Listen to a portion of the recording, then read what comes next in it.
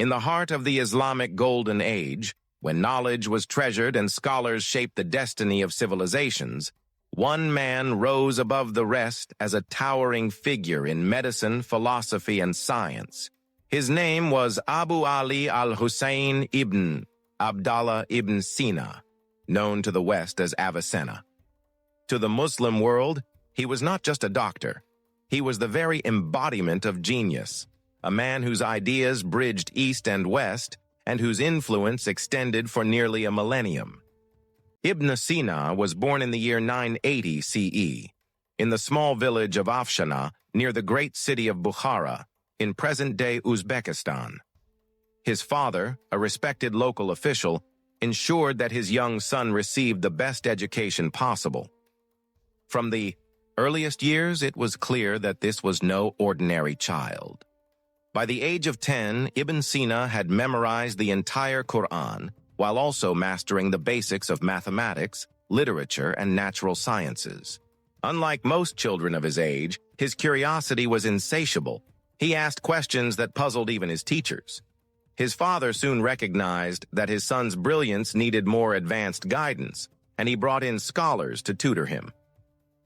One of his most important early teachers was Abu Abdallah Natili, a philosopher who introduced him to the works of Aristotle and Greek logic. Ibn Sina absorbed these teachings like a sponge. Even as a teenager, he was already debating with adults on subjects of philosophy and science. But perhaps most remarkable was his discovery of medicine. While other sciences required long hours of abstract reasoning, medicine seemed, to him, more practical, more connected to human life.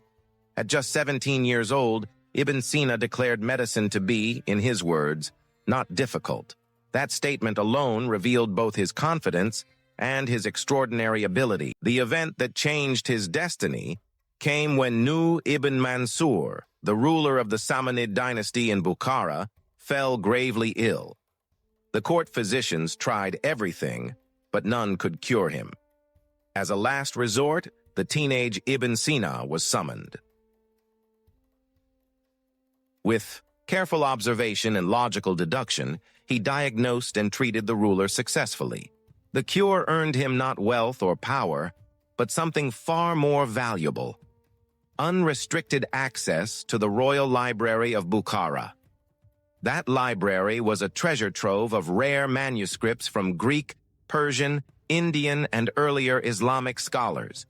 It contained works that were not found anywhere else in the world. Ibn Sina spent countless nights poring over these texts, absorbing knowledge that would later pour out through his own pen. He once said that he had read Aristotle's Metaphysics 40 times until he could recite it from memory. His intellect was razor sharp, and his appetite for learning knew no bounds. By the time he was 21, Ibn Sina had written his first book, a remarkable achievement for someone so young, but only the beginning of a career that would produce more than 100 major works across science, philosophy, and the death of his father marked the beginning of a period of wandering. Ibn Sina left Bukhara, moving through the great centers of learning and power in Persia. He lived for a time in Jurjan, near the Caspian Sea, where he lectured on logic and astronomy. There, he also began writing what would become his magnum opus in medicine, the Qanun fi al-Tibb, or Canon of Medicine. Later, he traveled to Ray near modern-day Tehran, where he established a thriving medical practice. His fame as a physician spread quickly, and rulers sought his services. But with fame came politics. When Ray was besieged, he was forced to flee. In Hamadan, his medical skills brought him to the attention of the ruling emir, Shams al-Dawla, whom he successfully treated for severe colic. In gratitude, the emir appointed him as his prime minister. But such a high position also made him enemies. Court intrigues and jealous rivals conspired against him. Eventually, he was dismissed, even imprisoned. Yet even in prison, Ibn Sina did not waste his time. He continued to write, composing some of his most important works under the flicker of a dim prison lamp. His dedication to learning was so absolute that no chains could silence his mind. Ibn Sina's greatest gift to humanity was his monumental medical encyclopedia, the Qanun fi al-Tibb, the Canon of Medicine. This work, stretching over 1,000,000 words, was divided into 5 volumes and covered every aspect of medical science, known at the time. The first book dealt with the general principles of medicine, anatomy, and physiology. The second cataloged simple drugs in alphabetical order, describing their properties. The third discussed diseases of specific organs, from head to toe. The fourth examined systemic diseases such as fevers. The fifth detailed compound medicines and their uses. The canon was centuries ahead of its time. It distinguished between smallpox and measles, described tuberculosis as contagious, and emphasized the role of environment, water, and soil in spreading disease. Ibn Sina recommended cancer surgery at its earliest stages, insisted that new drugs be tested on animals and humans before use, and recognized the profound link between mind and body. One of his most famous case studies was the diagnosis of love, sickness. When a young prince grew mysteriously ill, baffling all physicians, Ibn Sina noticed that his pulse quickened when the name of a certain girl was mentioned. The treatment was simple: unite the prince with his beloved. In this, Ibn Sina demonstrated a deep understanding of psychology long before the field even existed as a science. For nearly 5 centuries, the Canon was the standard medical text in both the Muslim world and Europe. It was translated into Latin, studied in universities across Italy, France, and Spain, and printed repeatedly.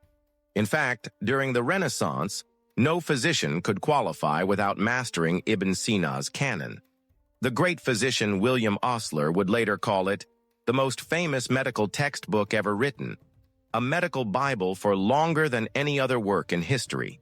Yet Ibn Sina was not only a doctor, he was a philosopher of the highest order, a thinker who sought to reconcile reason and faith. His Kitab al-Shifa, or Book of Healing, was not about medicine at all, but about philosophy, logic, physics, mathematics, and metaphysics. He explored the nature of the soul, the relationship between body and spirit, and the ultimate reality of existence. He was deeply influenced by Aristotle, but also shaped his own original ideas. His writings influenced Christian, Jewish, and Muslim philosophers alike, including Thomas Aquinas in Europe. Ibn Sina also contributed to astronomy, studying planetary motions and proposing ideas about the structure of the universe. In mathematics, he worked on geometry and number theory.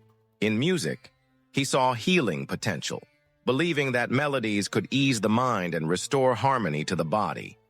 In all, he authored over 100 major works, covering nearly every branch of knowledge known in his time. Some sources claim he wrote as many as 450 books, though many have been lost.